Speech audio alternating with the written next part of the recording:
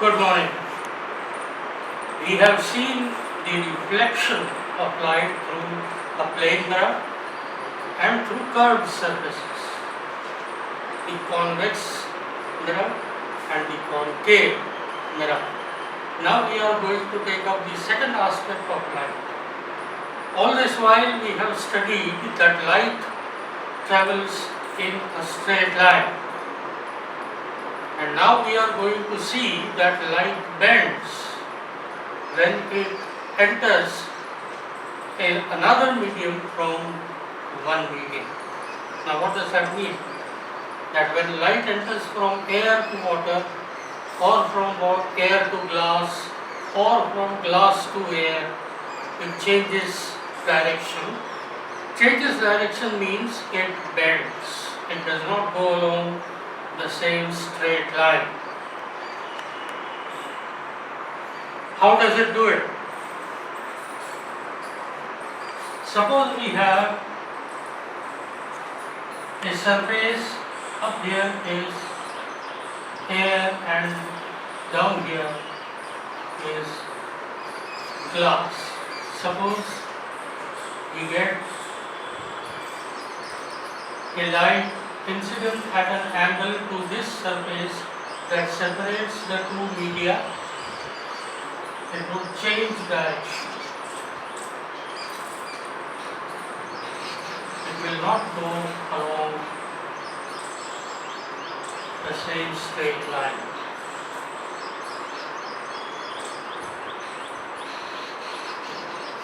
Again here, the two medium that we are using must allow the light to pass through. Otherwise, there will be simply a reflection. And if the surface is smooth and shiny, a regular reflection. If it is not smooth and shiny, it will be irregular or diffused reflection. So here, in easier words, the two media must be transparent. But we don't say transparent medium, we call it optical medium. So the moment we say optical medium, it directly means that light can pass through it.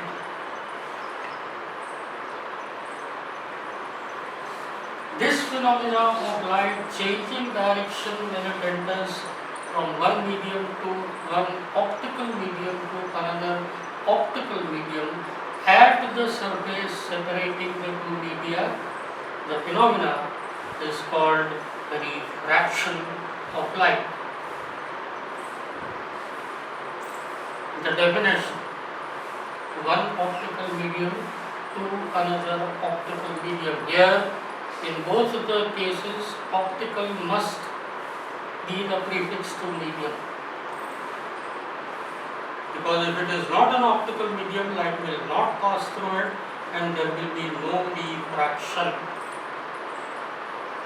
So whenever a ray of light passes from one optical medium to another optical medium, it changes direction at the surface separating the two media. Now this at the surface is important because we saw it in the diagram that up to the surface it travels straight. If there was no separation, it might have travelled straight, but because there is a separation, it would bend here. At the surface separating the two media. So whenever a ray of light travels from one optical medium to another, it changes direction at the surface separating the two media. This phenomena is called the refraction of light. Now refraction also follows certain laws, and we have studied this a little bit in your 8th standard. Remember your rectangular glass slab experiment? When you had taken a particular rectangular glass slab and performed the experiment with a laser gun, and you got the diagram that was something like this.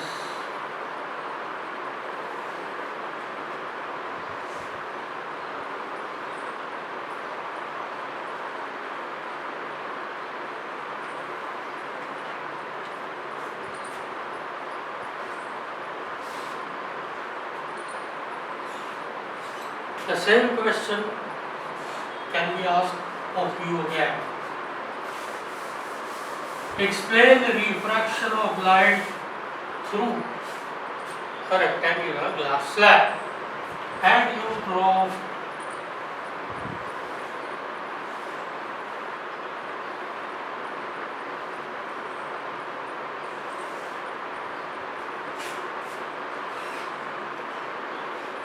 the diagram will also carry marks, and with this diagram you don't get them. Why? The reason is the law of refraction. What is the law of refraction? The first law talks about the optical density of the medium. Now, generally speaking, there will not be much difference between physical density comparable to the optical density. Say for example, air is not as dense as water is physically.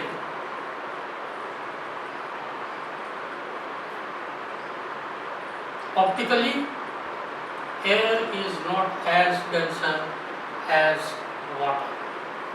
Water is not as dense as glass. And optically also, water is not as dense as glass. But there are exceptions. What happens when we take a bucket of water and drop some kerosene onto it? The kerosene floats. And you have already studied in the flotation part of your motion that whenever the physical density of a substance is less, it will stay on the surface.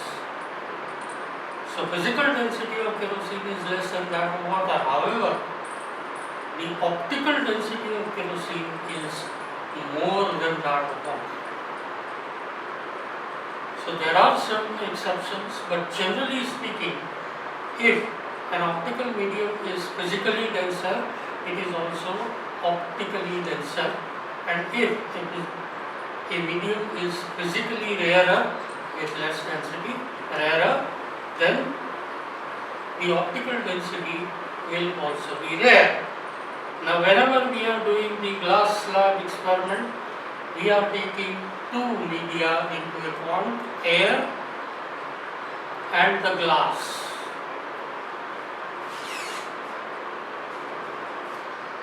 What are the laws of refraction?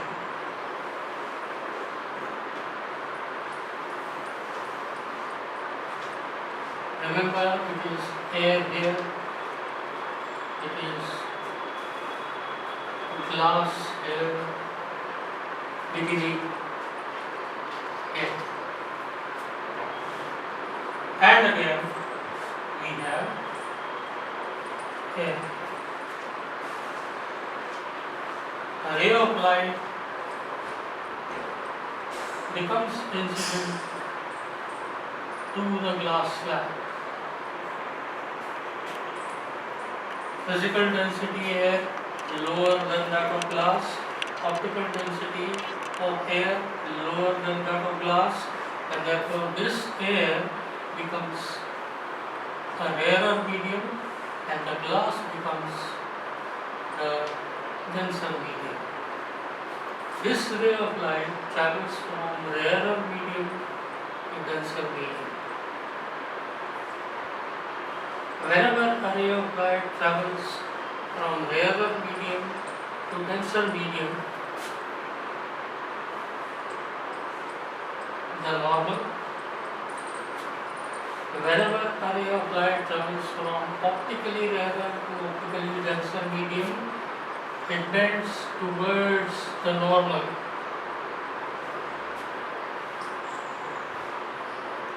What would have happened if there was no separation? The ray of light would have gone straight like that. But because there is a surface that separates air and glass, rarer medium and denser medium, it bends and bends towards the normal. Now this incident ray on this surface travels from optically denser to optically rarer medium, and we have our normal here, and it would pass, it would bend away from the normal. This would have been the original direction. It bends away from the normal, but we will not be drawing this direction.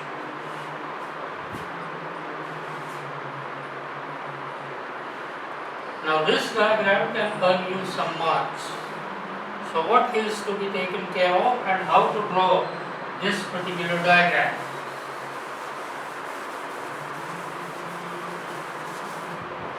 First of all, by using the ruling of your page, draw a rectangle. Draw the incident ray, which should be fairly inclined. Draw the normal here. Never forget to put arrowheads. But don't stop here. We have a tendency of stopping it here. No, from this surface continue as a dotted line. Why? You will know in a minute. The ray bends towards the normal.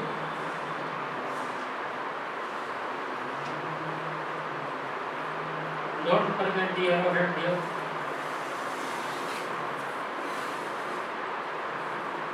And now, before continuing, the most important part of the diagram. Whatever ray is coming out of the glass slab must be parallel to this ray.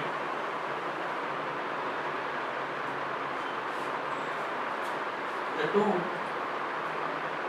must be parallel to each other. If they are not parallel to each other, your diagram is wrong. And therefore, while drawing the diagram, make sure that you continue with the dotted line after the surface, and finally when you draw the ray coming out of the glass slab, it must be parallel to the original path.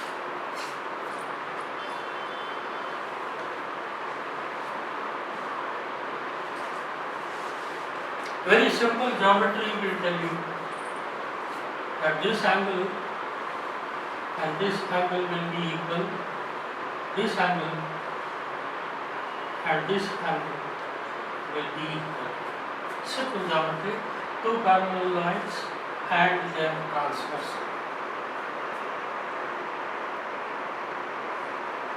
Simple. However,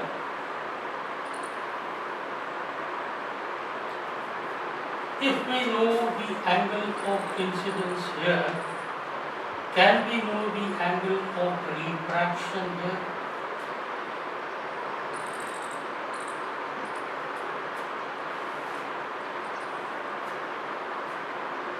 Yes. A scientist called Snell gave us the relationship, which is now known as Snell's law. And what is Snell's law? Sin theta I upon sin theta r is a constant. Now don't get confused what is sine theta I. I will explain you. We will be learning this in our mathematics. But if we have a right angle triangle and we have an angle theta here, then the sine opposite to the angle is this, and this obviously is the hypotenuse, and the length of the opposite side upon the length of the hypotenuse is given as sine theta.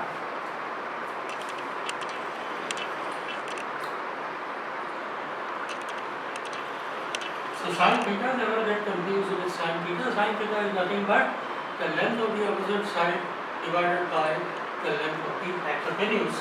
And this particular branch of mathematics is known as trigonometry, which we will be learning a bit later.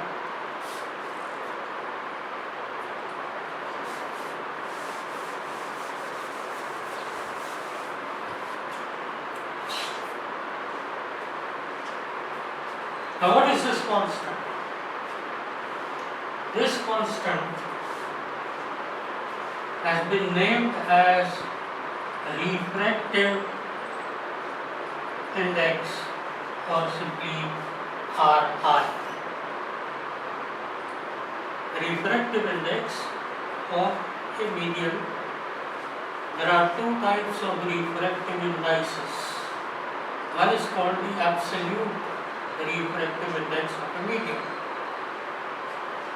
What do you understand by absolute refractive index of a medium? It cannot be obtained directly this way. Therefore, we will have to use another equation, that absolute refractive index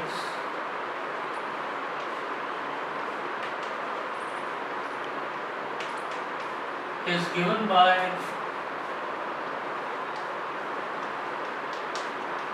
velocity of light in vacuum divided by the velocity of light in the given medium.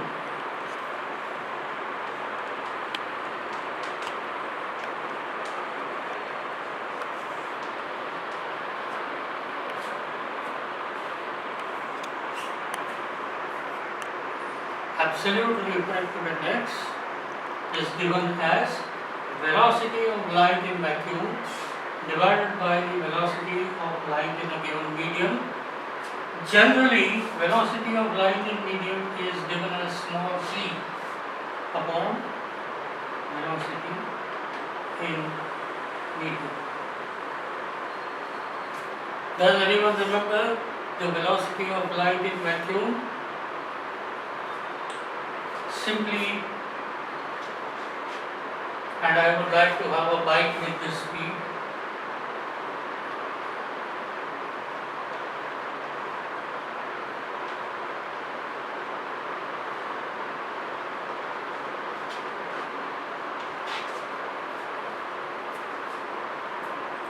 Three lakh kilometer per second.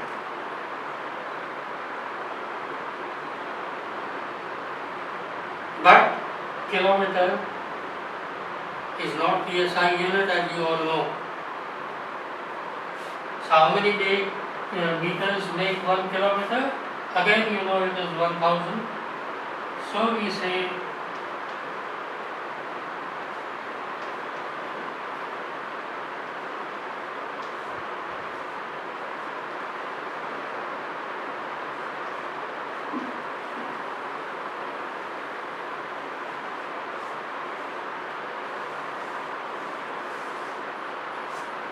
"30 crore meters per second."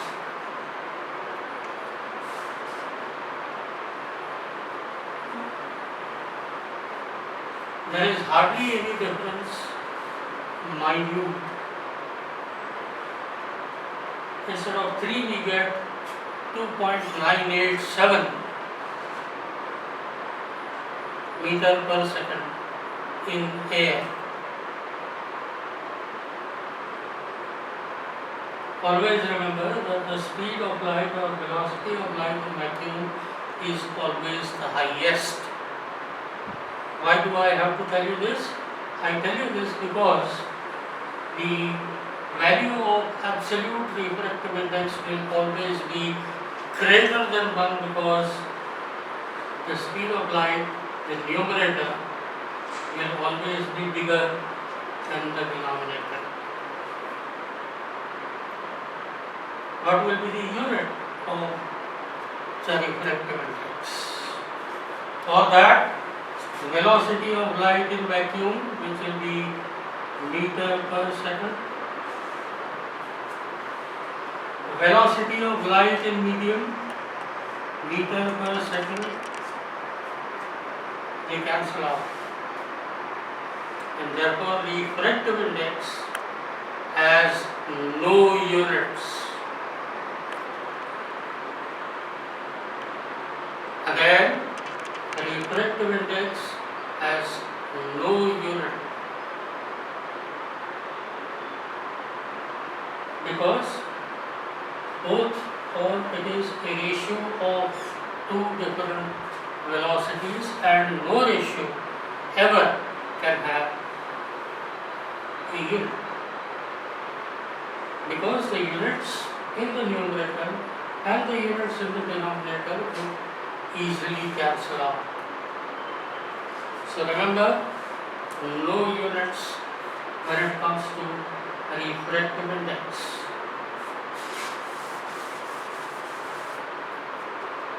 Absolute refractive index is 1.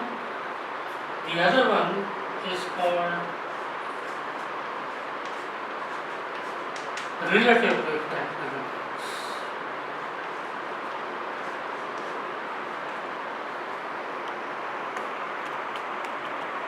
Now, what do we understand by relative refractive index? See, in our day-to-day life, we generally don't calculate speeds in vacuum and speeds in medium, nor will the ray of light come from somewhere where there is vacuum. And even if it comes, it will have to cross the thickness of air and then reach the medium which we are holding. And therefore, many a times, to find how much the light will be refracted, it is very necessary to know what is the refractive index of glass with respect to air.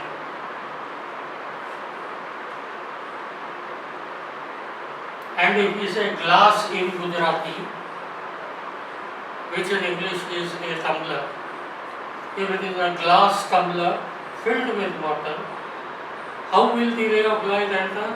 From air to glass, glass to water, water to glass, glass to air.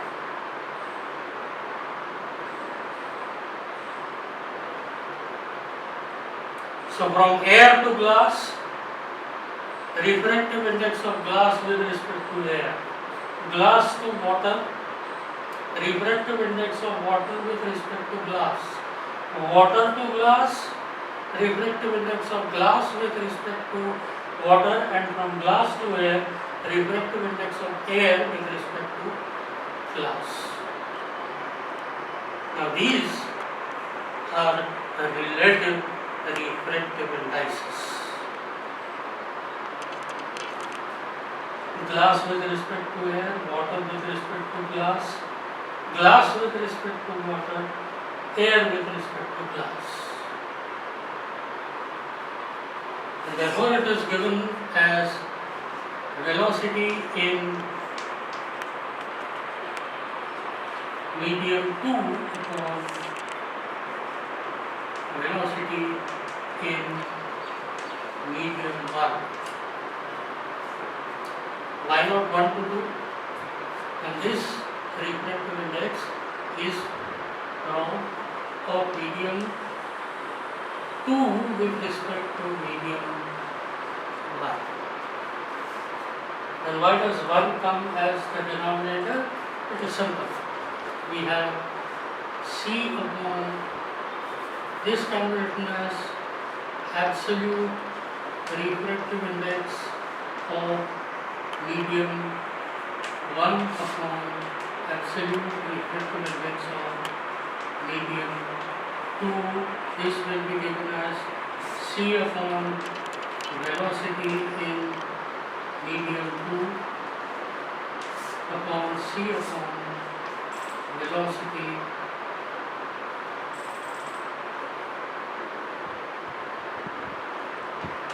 in medium 2. The C and C will cancel. We get 1 upon velocity in medium 1 upon 1 upon velocity in medium 2, and when we get medium 2 upon medium 1.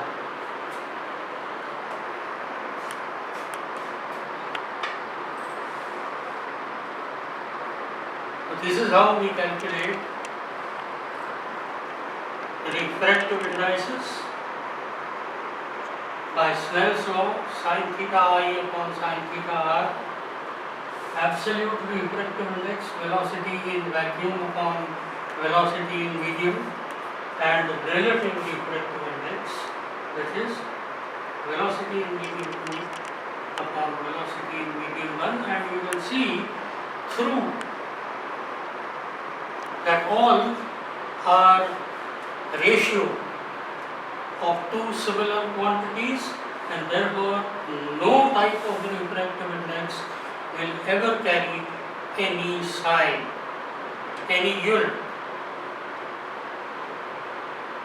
When it comes to absolute refractive index, because the velocity of light in vacuum is the highest, it will always be greater than 1. And to tell you that the refractive index is highest in case of well polished diamonds. How does it help? We will learn in the future periods.